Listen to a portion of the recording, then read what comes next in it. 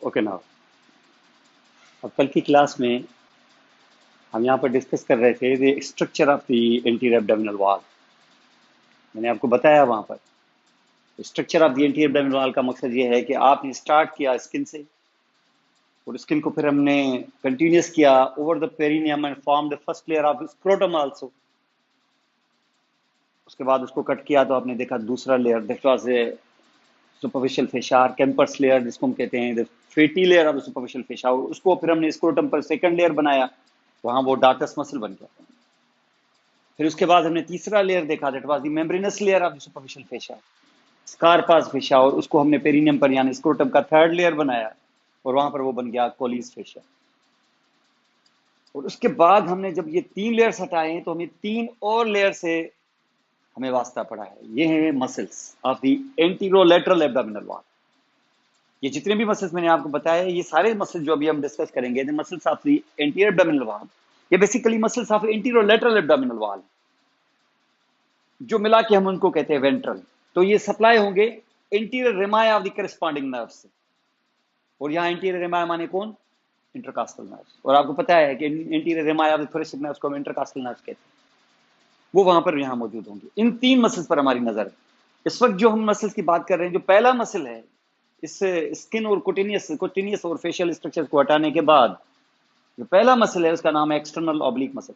अब आपको पता है एक्सटर्नल ऑब्लिक हो, इंटरनल हो या ट्रांसवर्स एब्डोमिनल, तीन मसल्स हम देखेंगे। और इन तीन मसल्स को जब हम देखेंगे तो इन तीन मसल्स के साथ हमें पता चलेगा कि इनको ओरिजिन इंसर्शन चाहिए। इतने ह्यूज मसल्स हैं, वास्ट हैं, ब्लैंकेट लाइक। और जब हम एब्डोमेन के मसल्स कहते हैं और एब्डोमेन में हम जाते हैं तो हमें बोन्स ही नहीं मिलते। बोन्स अगर मिलते भी हैं तो वो डॉर्सल साइड पर सिर्फ लंबर वर्टिब्री, बोनलेस बोन है। ये आपका रीजन ऑलमोस्ट बोनलेस है। डॉर्सल साइड पर सिर्फ 5 वर्टिब्री हैं।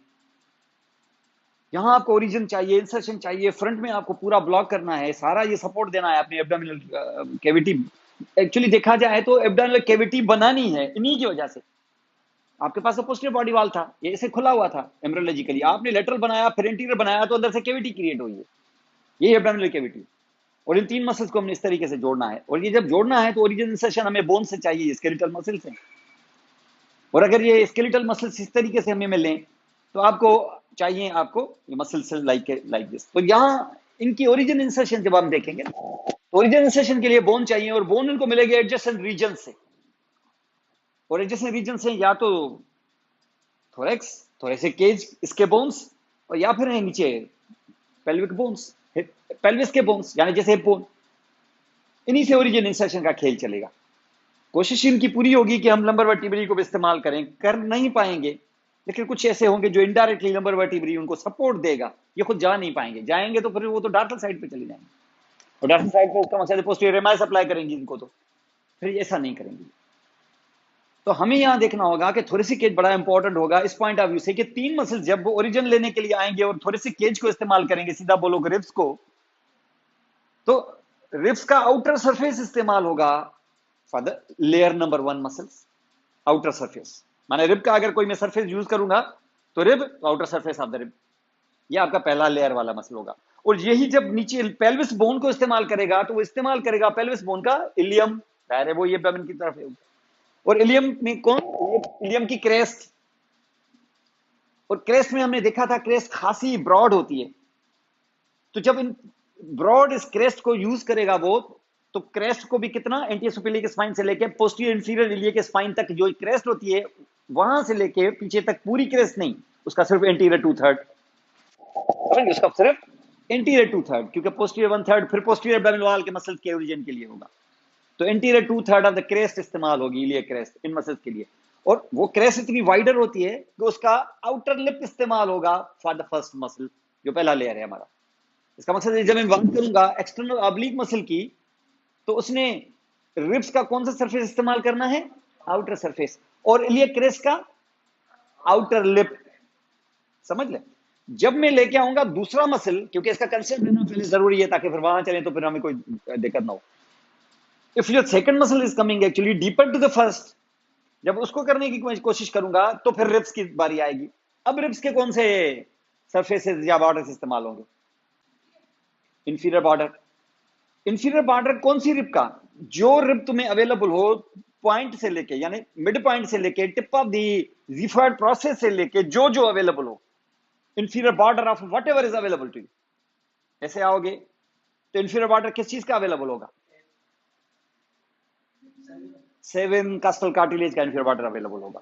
ठीक है, थोड़ा वो नीचे आओगे तो 8th का, और आओ तो 9th और 10th, वो 10th से होते होते होते गए तो 11th की टिप, टिप पे भी थोड़ा सा कार्टिलेज होता है, कास्टल नहीं बोलते उसको, कास्टा कास्टल ही बोलते हैं क्योंकि कास्टा रिब को कहते हैं ये।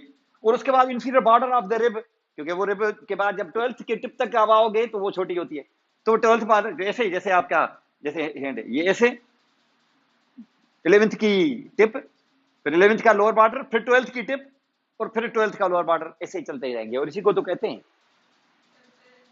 कास्टल margin, you call the कास्टल margin. तो वो कास्टल मार्जिन को इस्तेमाल करेंगे आप, समझ गए? कास्टल मार्जिन को इस्तेमाल करेंगे। लोअर यानी रिब का लोअर बॉर्डर तो आपने इस्तेमाल ही नहीं किया, आपने सिर्फ इस्तेमाल किया रिब का लोअर बॉर्डर कब? जब फ्लोटिंग रिब्स आ गई, वरना तो कास्टल कार्टिलेज इस्तेमाल किया। इसी को तो कास्टल मार्जिन कहते हैं। ये दूसरी मसल कास्टल मार्जिन को इस्तेमाल करेगी। यहां कास्टल मार्जिन को करेगी जब इलियम में होगी, तब इलियक क्रेस्ट का इंटरमीडिएट सरफेस, इलियक क्रेस्ट का इंटरमीडिएट से कितनी इलियक क्रेस्ट? नहीं, कितनी? एंटीरियर 2/3। समझ गए बात? ये यहां पर मामला होगा। जब मैं तीसरा मसल लेके आऊंगा, ट्रांसवर्स एब्डोमिनस मसल, यहां कंसेप्ट समझ लो तो वहां देरी नहीं। अगर आप रिब्स को देखोगे तो अब की बार जो तीसरा मसल होगा इससे भी नीचे, डीपर टू दैट, तो इसका मसल कहां से? इनर सरफेसेस से। इसका मकसद है कि यहां हुआ कैसे, यहां, इधर और अंदर, तो अंदर से, तो inner aspects of the ribs, inner surfaces of the ribs से। और ऐसे ही चलते चलते नीचे आ गए तो नीचे किसको पकड़ेगा? Inner lip of the iliac crest. कितना? Inner lip anterior 2/3, anterior 2/3 of crest इस्तेमाल होगी। ये है आपका रिब्स का खेल, ये है आपके 3 मसल का खेल। चलो पहले आप पहला वाला मसल देख लो। अब देखिए यहां से पहले मसल को, ये एक्सटर्नल ऑब्लिक मसल है, ये पहला मसल है। कहां से ओरिजिन लेना है? Outer surfaces of lower 8 ribs से। This takes origin from outer surface of lower 8 ribs.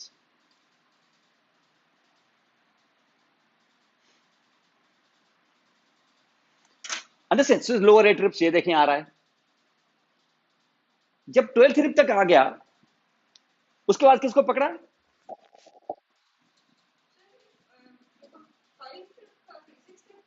6 rib का लोअर 8 रिब्स हुआ तो 4 छोड़ के बाकी 5वें से स्टार्ट होंगे ना। इसका मकसद ये है कि 5वीं रिब से हम स्टार्ट हो जाएंगे, उसका आउटर सरफेस से। तभी तो लोअर अपर 8 रिब्स से, लोअर 6 नहीं, ये लोअर 8 रिब्स से, ये लोअर 6 से नहीं, लोअर 8 रिब्स से। तो छठे से आप 5वें से स्टार्ट हो जाएंगे। 5, 6, 7, 8, 9, 10, 11, 12, और ऐसे चलते रहेंगे आप। चले वहां आते रहे। 12th रिब जब खत्म हो गई, उसके बाद क्या है? उसके बाद कुछ नहीं है, गैप है। जब तक इलियक क्रेस्ट न पहुंच जाए तब तक गैप है। अब इस गैप के दौरान हम क्या करेंगे? कोई हमें अटैचमेंट नहीं है। इसका मकसद है कि इसका पोस्टीरियर बॉर्डर इज फ्री। यहां से ऐसे मैंने अटैच करके यहां किया तो पोस्टीरियर बॉर्डर मेरा फ्री होगा कि नहीं होगा? तो उस पोस्टीरियर बॉर्डर के पीछे मैं हाथ अंदर डाल के मैं पॉकेट की तरह अंदर डाल सकता हूं। पोस्टीरियर बॉर्डर इज फ्री, इसका पोस्टीरियर बॉर्डर फ्री। ये चाहता था कि इनडायरेक्टली डायरेक्टली कहीं लंबर वर्टिब्री को पकड़ ले, लेकिन ऐसा मौका इसको नहीं मिला। तो पोस्टीरियर बॉर्डर इसका फ्री। सिर्फ इसका पोस्टीरियर बॉर्डर फ्री नहीं है, ये देखो। चलो आगे चलते हैं। फिर उसके बाद इसने इलियक क्रेस्ट को पकड़ लिया। ठीक है, इलियक क्रेस्ट को जब उसने पकड़ा तो कौन से लिप पे है? आउटर लिप पे। एंटीरियर सुपेरियर स्पाइन से लेके कहां तक? सारी पोस्टीरियरली इस जगह से लेके यानी कहां तक? एंटीरियर सुपेरियर स्पाइन तक। ठीक है ना, anterior 2/3 of the iliac crest outer lip इसने पकड़ ली। तो ये पूरा जो ये जो रेंज है इसका, ये इसके ओरिजिन का रेंज है। अब यहां से इसकी इंसेशन शुरू हो जाएगी। आपसे इंसेशन का इधर सारे बोन तो इस्तेमाल हो गए भाई। जब बोन से सारे इस्तेमाल हो जाते हैं तो इंसेशन के लिए जब कोई बोन नहीं मिलता है तो लेफ्ट को नहीं मिलेगा तो राइट को भी नहीं मिल रहा होगा।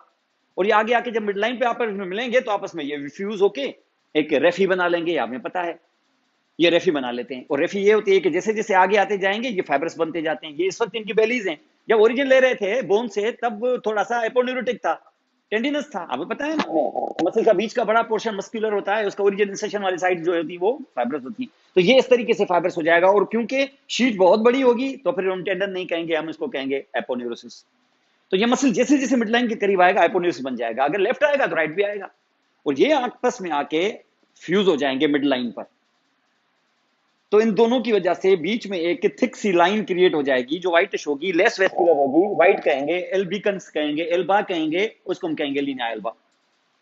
ये एक रेफी है Linnaea Elba. Linnaea Elba means white line, Elba albumin, Elba white को कहते हैं, नायग्रा ब्लैक को कहते हैं, रुब्रा रेड को कहते हैं, इसी तरीके से नाम पड़ेगा। जैसे ल्यूटिया येलो को कहते हैं, कार्पस ल्यूटियम आपने पढ़ा है, कार्पस एल्बिकन भी पढ़ा होगा, सबस्टेंस नायग्रा आगे पढ़ेंगे, और ये एल्बा है, तो इसको हम कहते हैं व्हाइट लाइन। तो व्हाइट लाइन में दोनों एक्सटर्नल ऑब्लिक मसल्स के एपोन्यूरोसिस जो है वो आपका आपस में आके फ्यूज हो गए। ये व्हाइट लाइन कहां से बननी शुरू हो जाएगी? जब ये दोनों एपोन्यूरोसिस आपस में फ्यूज हो जाएंगे। कहां फ्यूज होंगे? क्या टिप ऑफ जिफाइड प्रोसेस पे फ्यूज होंगे कि इससे ऊपर फ्यूज हो जाएंगे? ऊपर होंगे, क्योंकि पांचवी रिब से स्टार्ट हुआ है आपका, ये यहां से नहीं हुआ है, पांचवी रिब से हुआ। आपको पता है जिफिस्टर्नल जॉइंट पे आके मिल जाता है आपका 7th कास्टल कार्टिलेज, इससे ऊपर फिर 6 का जो सेपरेट कास्टल कार्टिलेज, उसके ऊपर 5th है। यहां इसका मतलब लीनिया एल्बा स्टर्नम पे शुरू हो जानी चाहिए ना, लेकिन कन्वेंशनली लीनिया एल्बा स्टार्ट होती है जिफाइड प्रोसेस से, समझ ले। यहां होगी फ्यूजन, यहां होगी, मसल यहां होगा, और ये मसल है, इसके फाइबर्स कैसे चलेंगे? स्ट्रेट के ऑब्लिक, ऑब्लिक चलेंगे, तभी तो उसका नाम है एक्सटर्नल ऑब्लिक मसल। लेकिन इसके जो ऊपर के फाइबर्स होते हैं एकदम से ऐसे ऑब्लिक नहीं जाते, शुरुआत में ये आस्ते आस्ते ऑब्लिक होंगे, तो शुरू के फाइबर्स ऑलमोस्ट क्या होंगे? हॉरिजॉन्टल होंगे, they will be horizontal. Linnaea Elba हमारी तरफ से तो यहां बन चुका है एक तरह से, लेकिन यहां लीनिया एल्बा कन्वेंशनली हम काउंट नहीं करते। लीनिया एल्बा सही मानों में काउंट करते हैं जब वो टिप ऑफ जिफाइड प्रोसेस आता है, और वहां पर वो लीनिया एल्बा वहां से स्टार्ट हो जाएगा, लेकिन स्टार्ट इससे भी पहले हुआ। अगर मैं इसको इस तरीके से करूं लाइक दिस, तो क्या इसका अपर बॉर्डर फ्री नहीं होगा? अपर बॉर्डर फ्री, इस अपर बॉर्डर इज फ्री। कौन से वाले? वो जो स्टार्ट हुआ है, वो कौन से वाले फाइबर अपर बॉर्डर बनाते होंगे? वो जो 5th रिब से आए हैं, ये शुरुआत से। उसके बाद इसका पोस्टीरियर बॉर्डर भी फ्री, इसका आगे पोस्टीरियर बॉर्डर भी इसका फ्री, तो पोस्टीरियर बॉर्डर भी इसका फ्री है, अपर बॉर्डर भी इसका फ्री है। उसके बाद देखिए ये मसल्स, शुरू में अपर बॉर्डर इसका फ्री है क्योंकि हॉरिजॉन्टल है, लेकिन आस्ता आस्ता ऑब्लिक्विटी इनकी बढ़ती जाएगी, और बढ़ते बढ़ते बढ़ते इलियक क्रेस्ट आ जाएगा, इलियक क्रेस्ट को पकड़ लिया, एंटीसुपेलिक स्पाइन है, और यहां से होते हुए इसके जो लोएस्ट फाइबर्स होंगे वो आके फ्यूज हो जाएंगे यहां पर। लेकिन ये जो आप यहां पे देख रहे हो एंटीसुपेलिक स्पाइन तक है ना, तो एंटीसुपेलिक स्पाइन और इलियक क्रेस्ट वाले फाइबर्स भी ऑब्लिकली आएंगे, लीनिया एल्बा तक आ जाएंगे।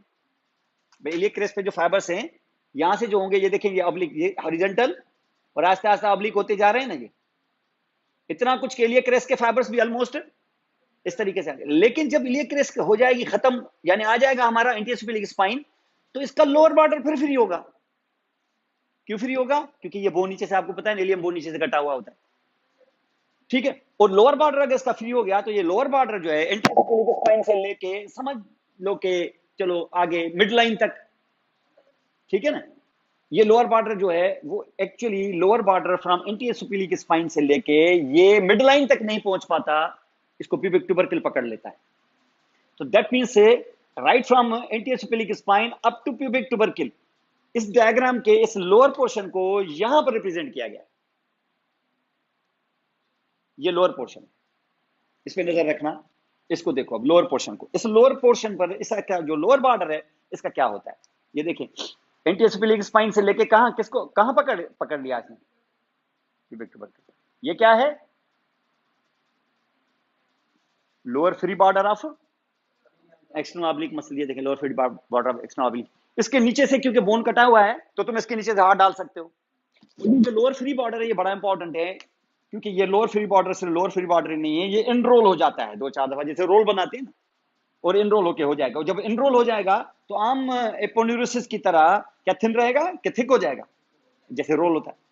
इस enrolled lower free border of external oblique muscle का नाम है लिगामेंट, तो यही है वो मशहूर इंग्वानल लिगामेंट, इसी को इंग्वानल लिगामेंट कहते हैं। और ये जो नीचे मैंने इसके नीचे बनाया है, इंग्वानल लिगामेंट एक तरह से ब्रिज है, तुम इसके नीचे से हाथ डाल दो तो तुम्हारा हाथ निकलेगा जाके एंटीरियर एस्पेक्ट ऑफ थाई पे।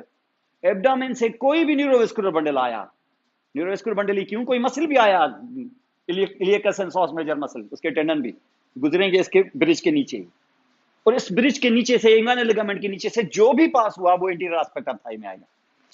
और आपको पता है मीडियल एस्पेक्ट ऑफ थाई में आने का रास्ता है पेल्विस के अंदर से आना थ्रू ऑब्ट्यूरेटर फोरामेन, और ग्लूटेर रीजन और बैक ऑफ थाई में जाने का रास्ता है ग्रेटर शेडिक फोरामेन।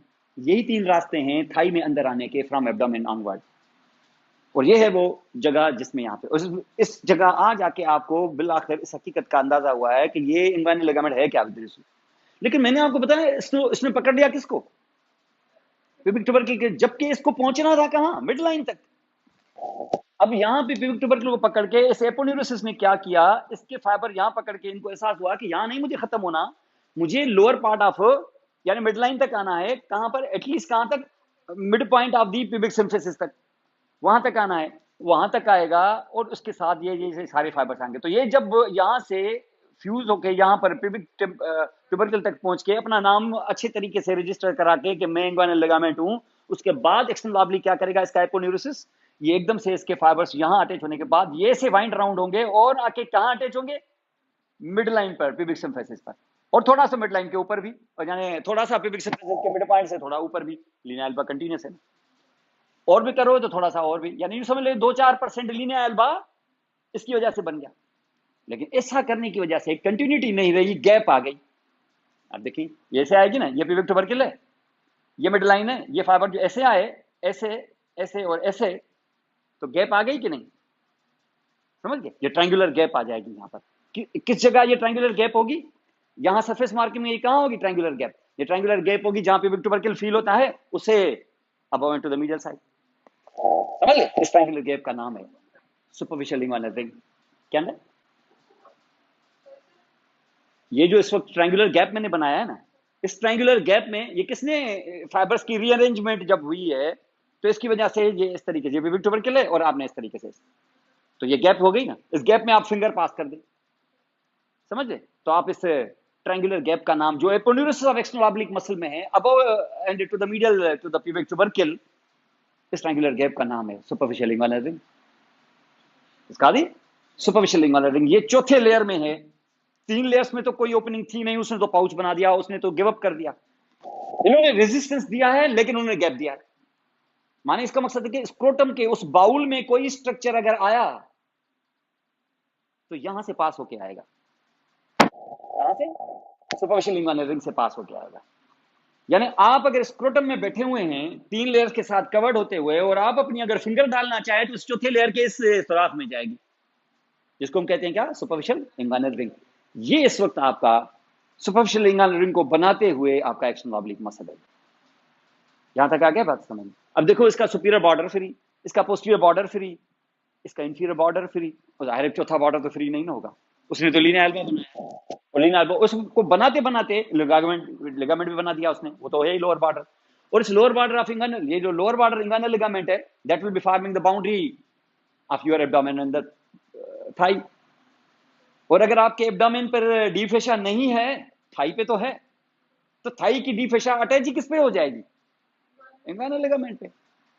समझ, इंग्वानल लिगामेंट क्यों कर्व्ड होता है, क्योंकि डी फेशा उसको खींचती है नीचे, कौन सी, फेशा लेटा, समझ गए। और इसके नीचे से जो गैप है, इसके नीचे जो गैप है उससे आते जाते रहो आराम से, आपकी आर्टरी वगैरह यहां से गुजरेगी, ऊपर होगी एक्सटर्नल ईलियक, नीचे फिर जैसे ही mid point of the inguinal ligament से जैसे क्रॉस किया, नाम पड़ जाएगा उसका फीमोरल आर्टरी। यही रास्ता है आने जाने का, समझ गए। यहां तक हमने देखा ये, और ये आपने इस जगह पे देखा, और इसको देख के इस मॉडल को देखें, ठीक है। ये एक मॉडल है, इस मॉडल में ये क्या है, नहीं स्किन,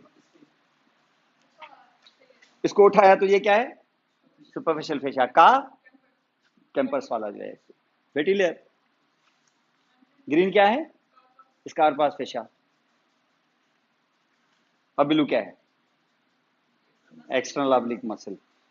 और ये क्या है, गैप दिया मैंने, सुपरफिशियल इंग्वानल रिंग। तो ये क्या है, इंग्वानल लिगामेंट। तो ये जगह क्या होगी, प्यूबिक ट्यूबरकल।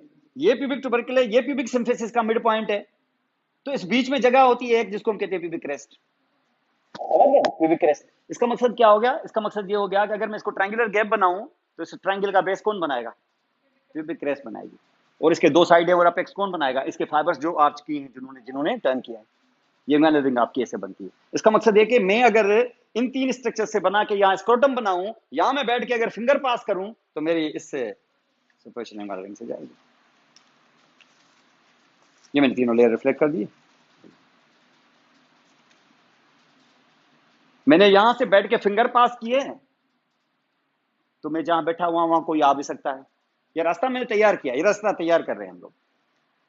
जैसे ये जो रास्ता तैयार हो रहा है, अभी आपको डिस्क्लोज कर देता हूं, जिस रास्ते में मैंने अभी अभी फिंगर डाली ही है, इस रास्ते का नाम है इंग्वानल कैनाल। ये समझ गए? इंग्वानल कैनाल, इंग्वानल कैनाल का एग्जिट पॉइंट कौन है? Superficial inguinal ring. और चलते रहेंगे, मेरी फिंगर जाएगी, और जब तक आ ना जाए डीप इंग्वानल रिंग, तब तक वो फिंगर मेरी 2-3 सेंटीमीटर अंदर चली जाएगी। तो मेरा इसका मतलब मेरी फिंगर किधर पड़ी हुई होगी? इंग्वानल कैनाल में पड़ी होगी। कहां से कहां तक का सफर है ये? डीप इंग्वानल रिंग से लेके सुपरफिशियल से लेके डीप तक, या डीप से लेके सुपरफिशियल तक। चल के देखते हैं। अब यहां से देखें आपने, इसको तो यहां देखा आपने, अब देखिए दूसरा मसल लेके आते हैं, इंटरनल ऑब्लिक मसल।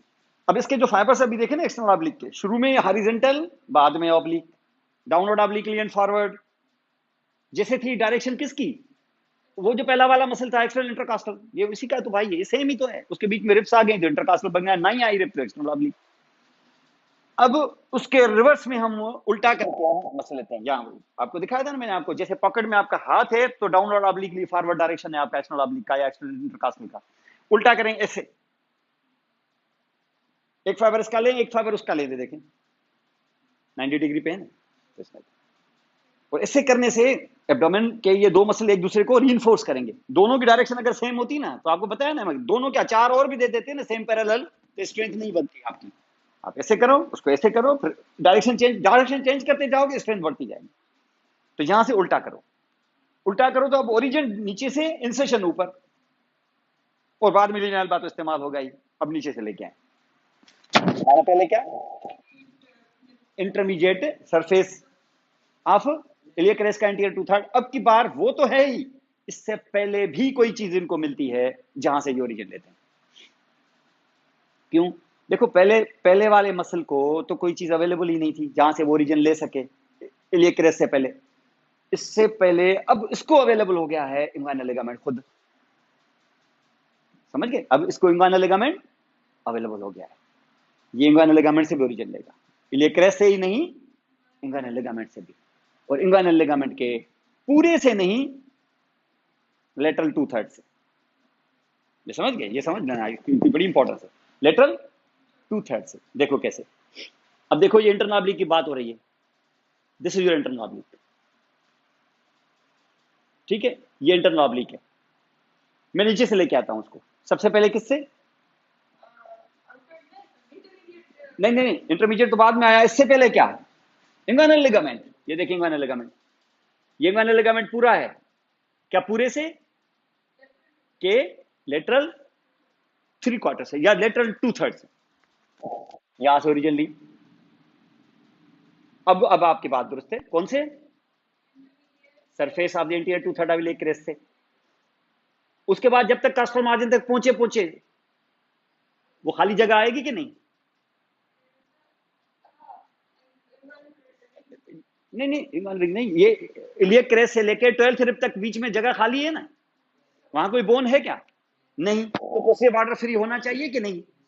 होना चाहिए, इसका नहीं है। क्यों नहीं है? क्या इसको लंबर वर्टिब्री ओरिजिन देंगे क्या इसको? नहीं। लंबर वर्टिब्री वहां से एक फेशा भेजेंगे इनको कि इनडायरेक्टली इसको पकड़ लो, तुम नहीं आ सकते यहां पर। ये बात समझ में? यहां से एक फेशा भेजेगा, उस फेशा का नाम ही है लंबर फेशा। ये देखें यहां पे ग्रीन दिखाया, इधर कुछ नहीं दिखाया, इधर ग्रीन क्यों दिखाया है? क्योंकि ये है क्या? लंबर फेशा। लंबर फेशा जब इसने भेज ली तो उसने पकड़ लिया लंबर फेशा को। लंबर फेशा को अगर पकड़ लिया तो क्या पोस्टीरियर बॉर्डर इसका फ्री होगा? नहीं। उसको उसको अटैचमेंट मिल गई किसकी? लंबर फेशा की। जब तक आ ना जाए, अब आपका थोरेसिक केज कौन आएगा? अब बोन पकड़ लेगा कोई ना कोई, कौन? 12th रिब का इंफीरियर बॉर्डर, फिर आएगा 12th रिब का कास्टल कार्टिलेज, फिर आएगा 11th रिब का इंफीरियर बॉर्डर, फिर इसका कास्टल कार्टिलेज। उसके बाद तो आपको पता है 10th का कास्टल कार्टिलेज, फिर 9th का, 8th का, 7th का, पहुंच गए आप मिड लाइन तक। वो सीधा सीधा क्यों नहीं बोलते कि पहुंच गए आप जिफाइड प्रोसेस तक? और जिफाइड प्रोसेस तक तुम यहां भी पहुंचाओ और दूसरे साइड वाले को भी पहुंचाओ और हो जाओ मर्ज, और मर्ज होके बना दो लीनियर एल्बा। ये भी लीनियर एल्बा नहीं, ये सेम लीनियर एल्बा, मैंने इसका मकसद है कि पहले लीनियर एल्बा जो बनी हुई थी ये और रीइंफोर्स हो जाएगी। लीनियर एल्बा एक ही होती है, तो इसका मकसद लीनियर एल्बा में वो दो मसल्स ही नहीं, पहले लेयर वाले लेफ्ट राइट, दूसरे लेयर वाले भी लेफ्ट एंड राइट, समझे, चार मसल्स लीनियर एल्बा में अटैच हो गए, तो लीनियर एल्बा ज्यादा थिकंड हो गई कि नहीं, और सपोर्ट मिली आपको, एक दूसरे से हेल्प करो एक दूसरे को। मुझे लीनियर एल्बा कहां से लेके कहां तक, से लेके अपर बॉर्डर ऑफ यहां, तो इसका मतलब कास्टल मार्जिन से ऊपर तुम्हें क्या इंटरनल ऑब्लिक का कोई वजूद मिलेगा क्या, नहीं, कास्टल मार्जिन से ऊपर सिर्फ एक ही मसल का वजूद होगा, एक्सटर्नल ऑब्लिक, क्योंकि वो पांचवी रिब से स्टार्ट होती है। ये बात समझ लेना है, बड़ी इंपॉर्टेंट है, क्या आएगी ये, ठीक है। ये यहां तक तो हुआ, मामला यहां खत्म नहीं हुआ है। मामला ये हुआ है कि इसके जो लोएस्ट फाइबर्स हैं, इनका डायरेक्शन फाइबर्स का क्या होता है, इनका डायरेक्शन होगा अपवर्ड ऑब्लिकली बैकवर्ड। अगर मैं शुरू के फाइबर्स को जो इंगुइनल लिगामेंट से अटैच हुए थे, जो लेटरल 1/3 से, अगर उनकी डायरेक्शन में ले लूं ऊपर ऐसे, ठीक है, अपवर्ड ऑब्लिकली एंड बैकवर्ड ऐसे अगर ले लूं तो ऐसे हो जाएंगे ना, जैसे सब चल रहे हैं। अगर ये शुरू से ऐसे चले गए तो इसका मकसद है कि लोअर पोर्शन जो है इस पे तो ये फाइबर होंगे ही नहीं। भाई आप देखें, इसको यहां जाहिर करवाया है, इन दोनों को आप देखें, इस जगह पे देखें, ये लोएस्ट आर्चिंग फाइबर, ये जो लोएस्ट फाइबर्स हैं कौन से, जिन्होंने इंगुइनल लिगामेंट से ओरिजिन ली है, अगर इन फाइबर्स को तुम वैसे ही इंटरनल ऑब्लिक के डायरेक्शन की तरह ही ले जाओ ऐसे करके, तो नीचे बड़ा गैप आ जाएगा ना, कैसे फिर सपोर्ट होगी। लोएस्ट जो आर्च, ये जो लोएस्ट फाइबर्स है ना, जो इंगुइनल लिगामेंट से ओरिजिन लेते हैं, इनका डायरेक्शन डिफरेंट है। जैसे ना उनके अपर फाइबर्स का डायरेक्शन था हॉरिजॉन्टल, इन फाइबर्स का डायरेक्शन हॉरिजॉन्टल तो नहीं है, शुरू में ऐसे हॉरिजॉन्टल तो नहीं है, इनके फाइबर्स जो हैं ये ऐसे आते हैं, लाइक दिस, माने इनका डायरेक्शन होता है इन आर्चिंग मैनर। और जब इलियक क्रेस्ट आ जाती है, ये फाइबर्स किसकी बात कर रहा हूं मैं, ये लोएस्ट आर्चिंग फाइबर्स, ये लोएस्ट आर्चिंग किस पे आके अटैच हो जाते हैं,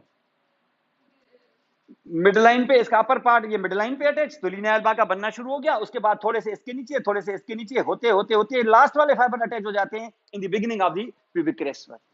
इसका मतलब है कि ये जब अटैचमेंट लेते हैं तो किसको पकड़ते हैं, प्यूबिक क्रेस्ट को, प्यूबिक क्रेस्ट को ऐसे पट्टे की तरह, ताकि इसका जो मीडियल एज है ये स्टॉप होगा कहां पर, प्यूबिक ट्यूबरकिल पर, और सारी लेटरल एज, और इसका मीडियल एज कहां स्टॉप होगा, प्यूबिक सिम्फिसिस पर। तो बाकी सारा बेल्ट किस में अटैच हो गया, प्यूबिक क्रेस्ट पे। देखो इसको अगर तुम ऐसे करो, ये बेल्ट बन गया ना, ये ऐसे ऐसे बेल्ट बन गया ना, तो बेल्ट बन गया तो इसका जो मीडियल एज है कहां पर, प्यूबिक सिम्फिसिस के सुपीरियर बॉर्डर पे, माना लीनियर एल्बा पे। लेकिन बाकी जितने भी फाइबर्स होंगे वो किस पे, उसका जो लास्ट एज है वो कहां पर, प्यूबिक ट्यूबरकिल पर। तो ये बेल्ट किस जगह पर अटैच हो गया, प्यूबिक क्रेस्ट पे, समझ गए। उसके बाद आप डायरेक्शन बनाते रहो।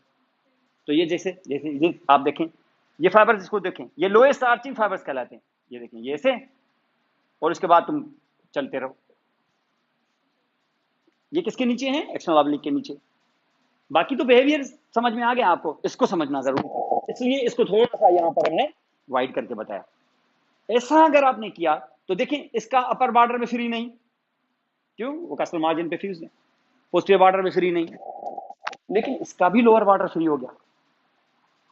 देखो,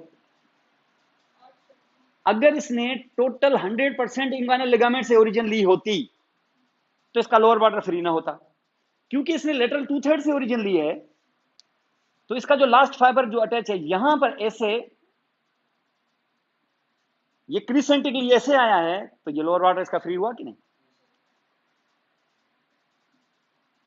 तो लोअर बॉर्डर फ्री है क्योंकि अब ये मीडियल 1/3 जो रह गया है हमारा इंगुइनल लिगामेंट, इस पे ये अटैच नहीं है, तो उसके और इसके लोअर बॉर्डर के बीच में गैप होगा कि नहीं, है कि नहीं। ये जो लोअर बॉर्डर फ्री है ना, तो ये वाले फाइबर्स जो लोअर फ्री बॉर्डर बनाते हैं, इनको हम कहते हैं फॉक्स, फॉक्स कहते हैं क्रिसेंट को।